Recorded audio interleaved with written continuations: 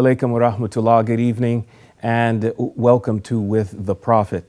I am Ali Coleman, I'll be your host for today's show, and our subject is the rich, those who are endowed with material wealth in this material plane of our existence. To open up and expand this conversation on this subject, looking at how the Prophet, peace and blessings be upon him, dealt with the rich during his lifetime, is Sheikh Assim Hakeem. Assalamu alaikum and welcome. Wa alaikum assalam wa rahmatullahi wa barakatuh, and jazakumullah khair for having me. Our pleasure to have you. I'd like to open up by talking about an Algerian writer. He was a medical doctor, psychiatrist from Algeria, France Fanon. He's a very famous Algerian. He wrote in the 1960s. One of his most famous works was called The Wretched of the Earth. And in this book, as a psychiatrist, he analyzed the colonized Arab and African peoples who were coming in the 60s, emerging out of colonialism. The era of national independence movements was sweeping across the continent, both Africa and Asia. And he said that the colonized peoples have a schizophrenia. We suffer from a love-hate relationship with our colonizer. We hate his oppression of us, his occupation of our lands, his control of our resources, but at the same time, we admire him for his wealth, his great success, so on and so forth. And so he diagnosed us in whole, saying that we had this schizophrenia. My question is about the Islamic view. What does Islam push in terms of valuing one or the other? Is he right? Does Islam provide the solution of this schizophrenia that Frantz Fanon diagnosed us with? Should we not be admiring the rich? Should we be focused more on a different perspective? Bismillah ar-Rahman ar-Rahim. Alhamdulillah wa salatu wa salam ala rasulillahi wa alihi wa sahbihi wa ihtada bihuda. Amma ba'd. The Prophet alayhi salatu wasalam told us in an authentic hadith, whenever one of you wants to look at someone else, he must look at those who are below his level. This is worthy that you do not despise Allah's blessings and favors upon you. What does this hadith mean? If I am blessed with so many things and I'd like to compare what I have with others, the Prophet tells us, look at those who are less privileged. Then you would appreciate the gifts of Allah Azza wa Jal upon you. While if you look above you, you'll hurt your neck and you will despise whatever you have. So if you're driving a car, look at those who are riding a motorbike. And if you have a motorbike, look at those who have a bicycle to appreciate what you have. If you have a bicycle, look at those who walk. And if you walk, look at those who are sitting in a wheelchair, and so on. Now, having said that, this is regarding the worldly, materialistic things. If it were to be in religious practice, it should be the other way around. So if Allah favored you and blessed you with certain level of iman, when you want to look above you. Do not look below you. So for example, if I pray my 5 prayers in the masjid, don't be happy and say, Alhamdulillah, I'm better than those who don't pray in the masjid. But rather say, oh, those above me pray 5 times and they offer night prayers. So they're better than me, and you try your level best to catch up to them. Now, having said that, what is best? Do we have to favor one over the other? Does Islam tell us that this is better than this? It's best to be wealthy than to be poor, or it's best to be poor and patient than to be wealthy? I've mentioned this in previously, the book of Ibn al-Qayyim. May Allah have mercy on him, the student of Ibn Taymiyyah. And the book is called Uddatul Sabirin. وَذَخِيرَةُ الشَّاكِرِينَ, which investigates who's better and who's best. And there is a lot of info in this regards, and scholars differed. But the most authentic opinion would be that whoever is more in righteousness is better than the other. So they came up with this answer, saying that, okay, what if this person who's poor but patient is in the same level of righteousness as this wealthy who is grateful? Okay. So who's best? It seems, wallahu a'lam, that the wealthy is better. Why? Because though the poor person is patient and doesn't have the money to do sins, yet the rich, the wealthy, who is grateful and is giving money in the cause of Allah, his benefit far exceeds the benefits of the poor. I see. All right, Sheikh, let me make sure I understand. You're saying that on one hand, if we are to look around us, at the people around us, we should, if anything, look down at those who are less fortunate and not up, and be grateful for what little we have, okay? But on the other side, when it comes to measuring the potential benefits to the Muslim Ummah, both materially and spiritually, there are more opportunities for those who are well off than those who are impoverished. Did I get you correctly? Yes, indeed. See, though Islam does not recommend poverty, it highly recommends that you benefit others. And you cannot do that without the financial means. And if you look at the 10 heaven-bound companions, so these are the top 10, the top seeded in the Ummah of Islam, you'll find that 6 or 7 of them were wealthy, not only well off, they were extremely wealthy. Now, their wealth, when you come and look at it, you'd find that it was never a form of hindrance. It was never an obstacle for them to get closer to Allah. On the contrary, they got closer to Allah by spending so much. I see. Because not everyone has that character. It's about character. Some have the means to destroy themselves with wealth, and we've seen it many times. And this is when the Prophet ﷺ also used to seek refuge in Allah from the trial of, or the fitna of wealth. So there is a fitna and a trial of poverty, but also there is one for wealth. Yes. In terms of physical appearances, I've known, and I'm sure you've known a few wealthy people, and many might be surprised to know that they're not as showy as the middle class are. The middle class want to show everything. You know, I'm driving this car, I've got new clothes, I've got all this. Not so much with the wealthy. They're more quick to conceal their wealth and try to blend in.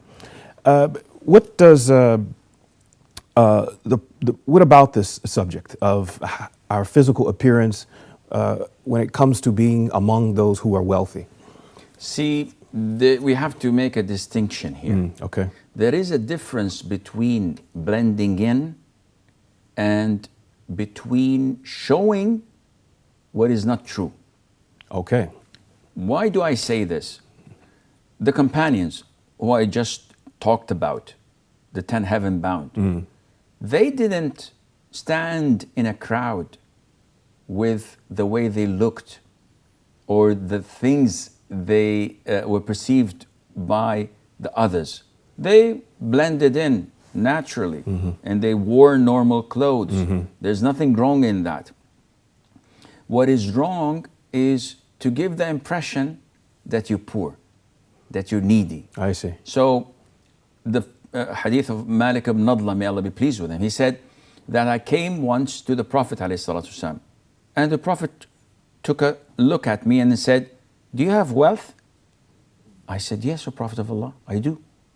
So what kind of money and wealth do you have? He said, "I have everything. I have sheep, I have cows, I have camels, I have a lot of money." And then the Prophet said, alayhi salatu wasalam, if Allah gives you wealth, then show it. Let it be apparent on you. Okay. Now, how do I understand this?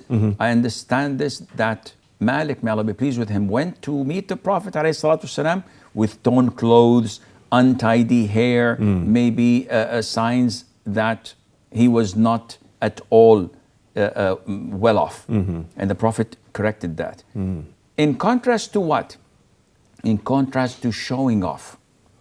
So showing off because of the wealth you have is something that is abhorred by Allah Azza wa Jal, and it might even take that individual straight to hell. So even for whether we're talking about wealthy people who can truly afford, or the middle class people who are going into debt to get stuff to look like they're well off, both are wrong. Both are wrong it might need a little bit of explanation.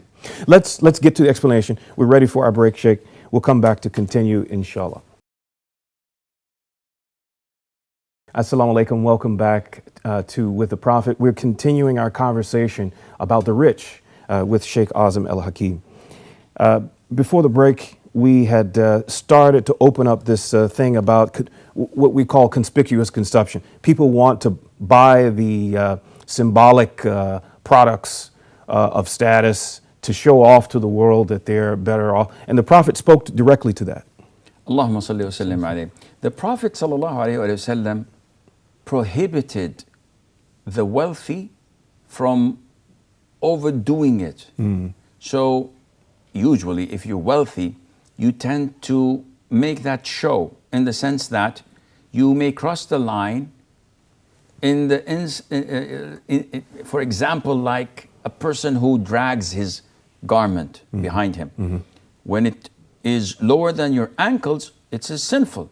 The Prophet told us ﷺ that there was an incident when a man was so arrogant and proud of himself, walking happy with his way his hair is done, dragging his garment, when Allah Azza wa Jal made him drop deep down in the earth, in an earthquake like or something of the sort. So this is totally prohibited. Those who cannot afford it also are prevented from imitating and trying to go out of the way to look like the rich. So many times people ask me, what's the ruling on wearing fake brands? And I tell them, fake brands are for fake people. If you're not original, if you don't have the money, don't sweat it. Don't try to do something or to be someone who you are not. Now, when we come to making Allah's favors and blessing appear upon us, meaning that you wear clean clothes, not necessarily branded, you wear something that smells good, and you do not portray the picture of someone who is poor and needy, and as if you're rejecting Allah's favors and blessings upon you. All right. It brings to mind my grandparents. They lived during the Great Depression in the United States. And before she passed away, she to her dying day, my grandmother used to always tell us, because it really made a deep impression on her going through the Depression era. No matter what your circumstance, there's no reason for you to always keep your clothes clean, even if it's holy. Keep them clean and pressed.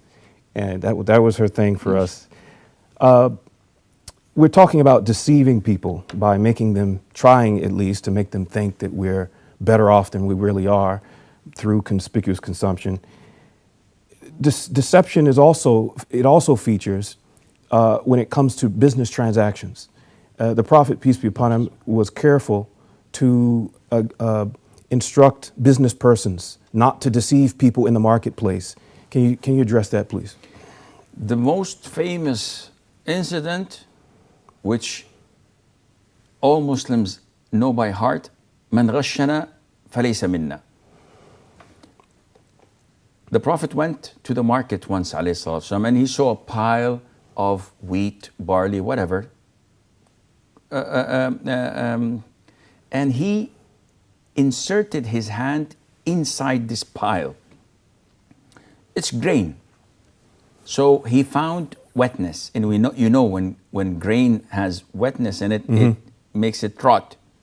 So he said, "Oh, owner of the shop, what is this wetness I'm finding?" He said, "Oh, Prophet of Allah, last night it rained. So the rain got into the surface of it, so I turned it over, so only the dry part is apparent." See, the Prophet said, "Alayhi, why didn't you leave it as it is so that people could see it?" Right. Whoever cheats the Muslims, he's not among us. He wanted us to believe that perhaps if somebody had been dealt with wrongly at his shop, that it was not his intention.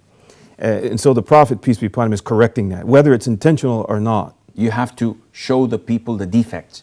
I cannot sell you a car without telling you that the engine is broke, or it had an accident that is serious and will affect your decision whether to buy or not.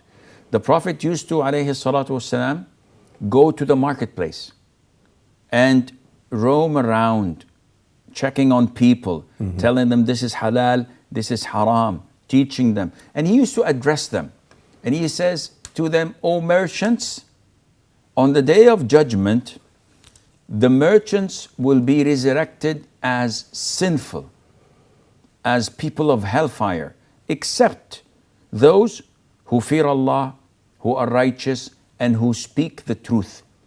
By far, businessmen are one of the greatest liars, maybe second to politicians." And why is that? I want to make the deal successful. So I may lie to you. And I tell you, "Look, my car is beautiful, it's brand new, it's a couple of years old, you'll love it." And if you ask me straight questions, I may lie. And I tell you, yeah. In auctions where I come from, in Saudi, those who make the auctions, when they just want to sell. So they get a car on display, and the people interested in buying are listening. So the guy holds up the microphone and says, "This car is a piece of trash. It doesn't go forward. It doesn't go backwards. It doesn't have oil in the engine. The windows cannot be rolled down. It's broken." And you see the car is excellent. Yeah. So when you buy the car and find a defect, he said, "I told you." Akhi, you told me a set of lies. So this is why those who deal in selling and buying, they lie a lot, they cheat a lot, they want to make a bargain, even if it causes them to enter hellfire. Important for Muslims to take their money, their revenues from halal sources. I'd like to bring up this subject as well. And there's this whole halal industry that has come up. The economists, Islamic finance persons put the halal industry in the trillions of dollars, at least approaching $2 trillion. Halal food, halal cosmetics, halal clothing, halal tourism packages for whatever. This subject of halal sources of money is important for Muslims to be careful of, very much like buying, showing defects in the things when you're selling them. We have to know the roots of where our monies are coming from.